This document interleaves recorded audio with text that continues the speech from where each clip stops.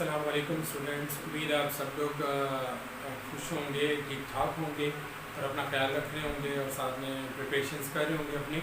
तो हमने organic chemistry का चैप्टर 7 जो है वो स्टार्ट किया हुआ था और उसके अंदर हम लास्ट टाइम हमने features of organic compound discuss किए थे लास्ट वीडियो में। आज का जो टॉपिक है हमारा वो सोर्सेज ऑफ ऑर्गेनिक कंपाउंड है। हम वन बाय वन वो सोर्सेज देखेंगे कि जो नेचुरली बेसिकली सोर्स बनते हैं किसका, ऑर्गेनिक कंपाउंड्स का।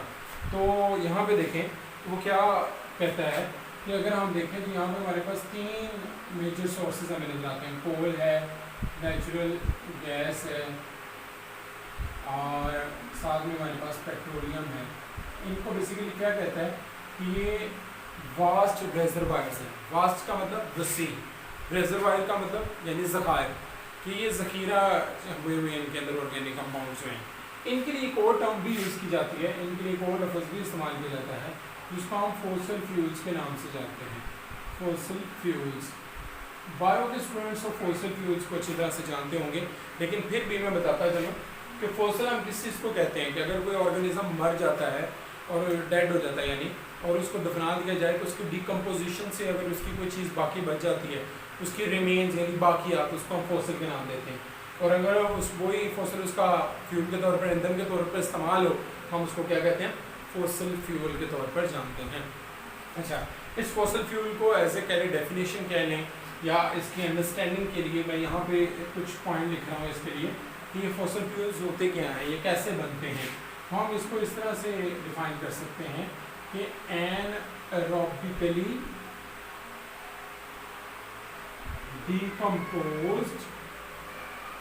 डिकम्पोज का मतलब होता है गला सड़ा, मैटर ऑफ डेड और बरीड ऑर्गेनिज्म। ऑर्गेनिज्म से क्या मुराद है, मतलब प्लांट हो सकता है या वो एनिमल हो सकता है, प्लांट या एनिमल। अच्छा, तो एनारोबिकली का मतलब क्या होता है, ऑक्सीजन की गैर मौजूदगी में या हवा की गैर मौजूदगी में। जैसे कोई ज़मीन के अंदर कोई एनिमल वगैरह डेड होके उसको हमने दफना दिया ज़मीन के अंदर, या वो खुद ही उसके चला गया ज़मीन के अंदर। जैसे प्लांट्स वगैरह, ट्रीज़ वगैरह, जब लैंड स्लाइडिंग होती है तो वो ज़मीन के अंदर काफ़ी मिकदार में अगर वो गिर जाते हैं, वो गड्ढा बन जाता है, उसके बाद फिर से मिट्टी उनके ऊपर गिर जाती है। तो अब चूँकि वहाँ पे हवा मौजूद नहीं है ज़मीन के अंदर, उसकी सतह के नीचे, तो वहाँ पे हम ऑक्सीजन की एब्सेंस है, तो उस स्टेट को हम बोलते हैं एनारोबिकली। डिकम्पोज मतलब गला सड़ा, मैटर यानी मादा जिसका डेड का या जो दफन किए हुए ऑर्गेनिज्म का, उसको हम फॉसिल फ्यूल के तौर पर जानते हैं। और वो कौन से हैं, 3 हैं, कोल है, नेचुरल गैस है और पेट्रोलियम है। अच्छा, इस काम को फॉसिल फ्यूल को बनने के लिए ये नहीं है कि वो 1 साल में बन जाएगा, 2 साल में बन जाएगा, millions of billions of years लग जाते हैं और क्वांटिटी भी इनकी बहुत ज़्यादा होनी चाहिए, फिर ये बनते हैं। ये कुदरती एक अमल है कि कुदरती तौर पर नेचुरली ये एग्जिस्ट करते हैं। अच्छा, अब हम वन बाय वन क्या करेंगे, इन तीनों जो सोर्सेज हैं उनको डिस्कस करेंगे और इन सोर्सेज के अंदर आपने क्या चीज़ नोट करनी है कि ये किस तरह से ऑर्गेनिक कंपाउंड्स का सोर्स है, ये बनते किस तरह से हैं और पाकिस्तान के अंदर सोर्सेज इनके कितने ज़्यादा मौजूद हैं। ये हम कुछ पॉइंट्स में इनके वो डिस्कस करेंगे। जैसे यहाँ पे स्टार्टिंग विद कोल, सबसे पहले हम डिस्कस कर लेते हैं किसको, कोल को हम डिस्कस कर लेते हैं। कोल उर्दू में हम इसको क्या कहते हैं, कोयला। तो कोयला बेसिकली किससे बनता है, ये सबको पता है। अगर जनरल देखा जाए तो हम अपनी यूज़ करें सेंस को, तो हम क्या कहते हैं कि लकड़ी से ही कोयला बनता है, लकड़ी को जब जलाया जाता है। तो सेम केस ये जो कोल है ये बेसिकली किससे बनता है, रिमेन्स ऑफ ट्रीज यानी बाकियात, दरख्तों की बाकियात से, रिमेन्स ऑफ ट्रीज यानी बाकियात जो बच जाती हैं ज़मीन के नीचे से अगर दरख्त दब जाए तो।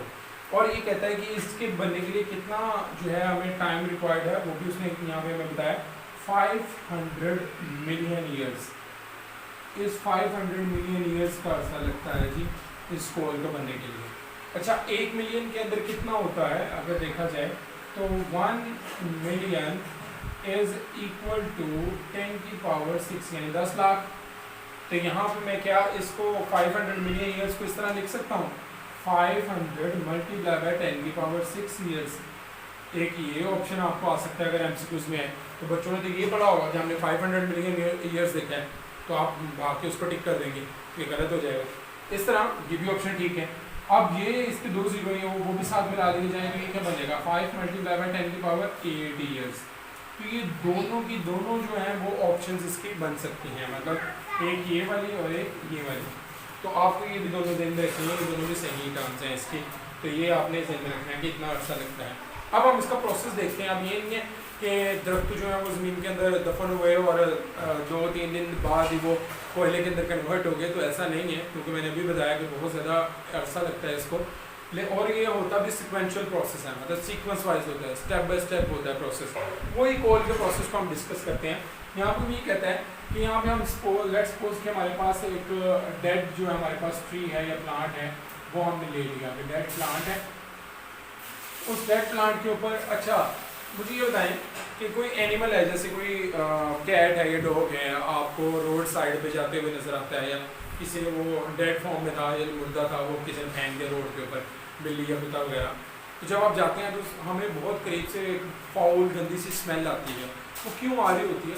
क्योंकि उसके ऊपर गोश्त है, स्किन है, तो उसकी क्या चल रही होती है उस वक्त बायो डिकम्पोजिशन, मतलब कि वो माइक्रो ऑर्गेनिज्म उसको डिकम्पोज कर रहे होते हैं।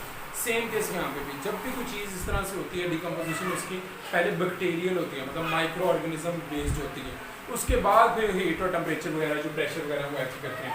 तो ये कहता है कि ये हमारे पास डेड प्लांट है, इस डेड प्लांट के ऊपर हमने क्या किया कि ये हमारे पास यहाँ पे इसकी बैक्टीरियल जो है वो बैक्टीरियल कह लो और केमिकल जो है इसके ऊपर रिएक्शन हुआ है।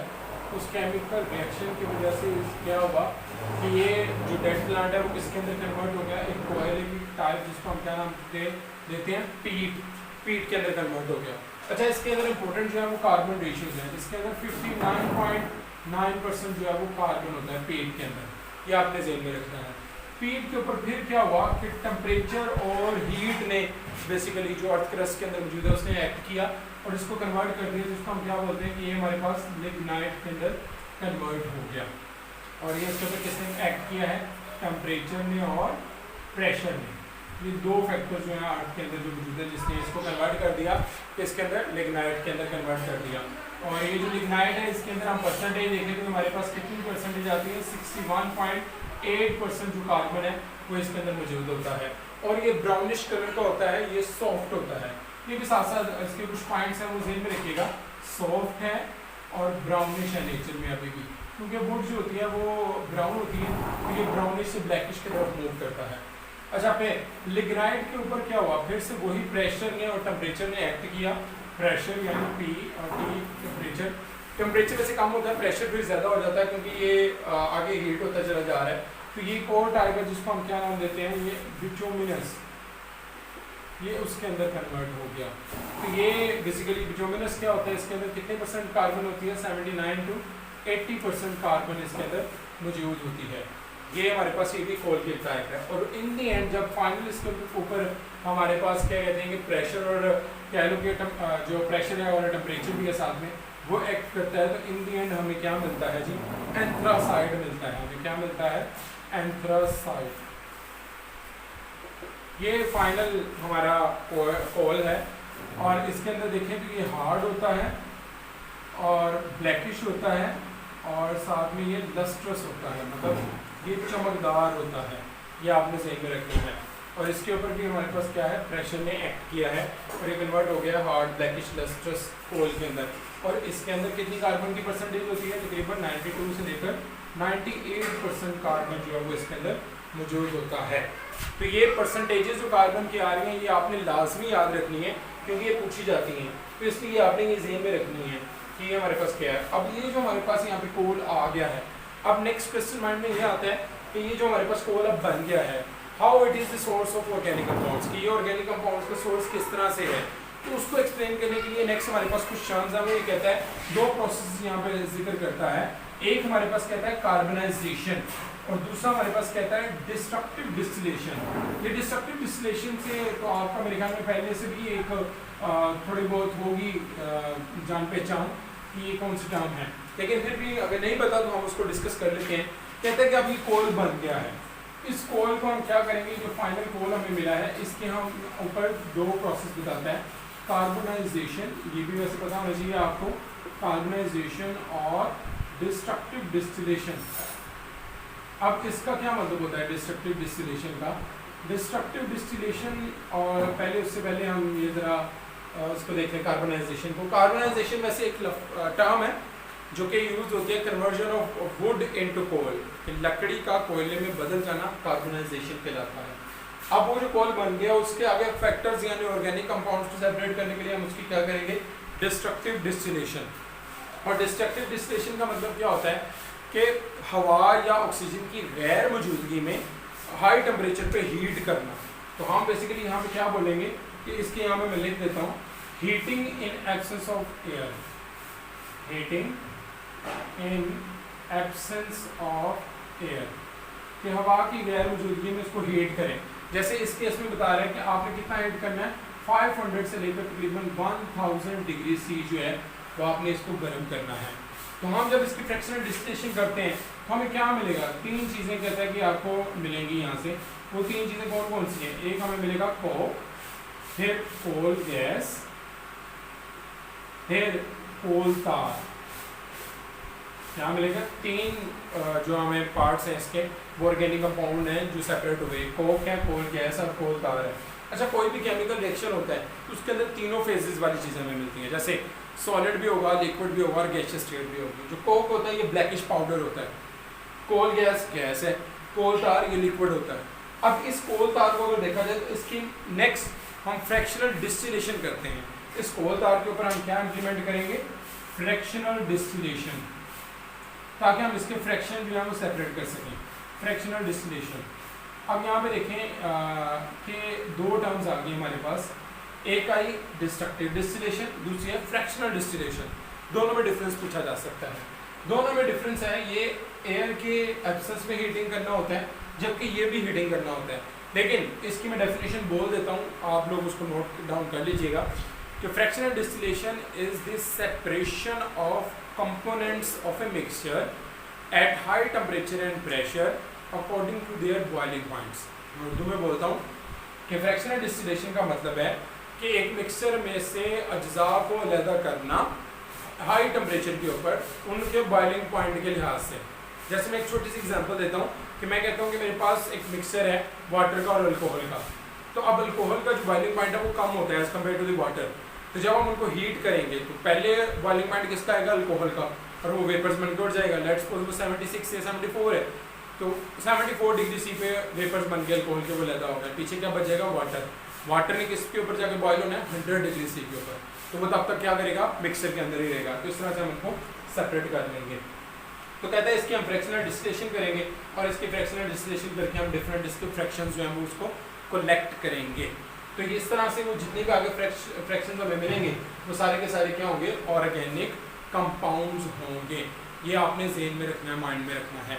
अच्छा, इसके अलावा कहता है फिर ये एक थोड़ी सी मज़ीद इंफॉर्मेशन है। कहते हैं कि हमारे पास अगर हम इनके देखें नेचुरल रिसोर्सेज ऑफ कोल इन पाकिस्तान, कि पाकिस्तान के अंदर कितने आते हैं इसके जो रिसोर्सेज हैं उसको डिस्कस कर लेते हैं। तो वही कहता है कि तकरीबन पाकिस्तान के अंदर नेचुरली 184 जो बिलियन है हमारे पास इसके रिसोर्सेज आते हैं। 184 बिलियन इसके रिसोर्सेज हैं, उनमें से तकरीबन देखा जाए तो 84 जो % है वो किसके लिए इस्तेमाल होता है? ब्रिक्स के लिए इस्तेमाल होता है। ब्रिक्स मतलब ईंटें बनाने के लिए, ये ईंटें बनाने के लिए इस्तेमाल होता है।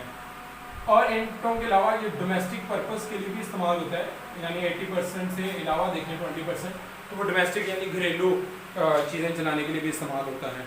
अच्छा, आजकल जो है हुकूमत पाकिस्तान के तमाम जितने भी सूबे हैं उनकी कोशिश है कि वो इस कोयले के यूसेज को इंक्रीज़ करें। जैसे यहाँ पे वो जिक्र करता है लास्ट पे कि देखा जाए तो हमारे पास जो directorates of mineral development of Punjab है, सिंध कोल अथॉरिटी है, NWFP है या बलूचिस्तान अथॉरिटी है, इन सब का यही है कि पावर जनरेशन के लिए हम बेसिकली किसको यूज़ करें? कोयले को यूज़ करें। जैसे ईंटें बनाने के लिए भट्टे होते हैं, लाइम किल्न्स यानी भट्टियाँ हैं, उनके अंदर हीट करने के लिए उस ईंट को हार्ड करने के लिए कोयले को इस्तेमाल कर लिया जाता है। तो इस तरह कोयले का इस्तेमाल जो है वो दिन ब दिन इंक्रीज़ किया जाए और इससे फ़ायदा उठाया जाए, क्योंकि इतने रिसोर्सेज पाकिस्तान के पास अवेलेबल हैं। लेकिन फिर भी जो पाकिस्तान है वो ऑयल डेफिशिएंट एक कंट्री है, तो इस तरह के रिसोर्सेज से पाकिस्तान को फ़ायदा उठाना चाहिए। तो होप सो कि हमने जो आज सोर्सेज डिस्कस किए हैं, मतलब आज कोल डिस्कस किया है, वो आपको अंडरस्टैंडिंग होगी। फिर भी इसके अंदर कोई इशू आया हो, कोई प्रॉब्लम आए हो तो लेट मी नो, मुझे लाजमी बताइए कमेंट सेक्शन में, और सपोर्ट करते रहा करें और अपना फीडबैक दिया करें कि आपको कितनी समझ आ रही है, क्वेश्चंस किया करें ताकि मैं उनको डिस्कस किया करूं। अच्छा, इसके अलावा नेचुरल गैस रह गया, पेट्रोलियम, वो नेक्स्ट वीडियो के अंदर हम डिस्कस करेंगे। आज के लिए इतना ही, थैंक यू सो मच।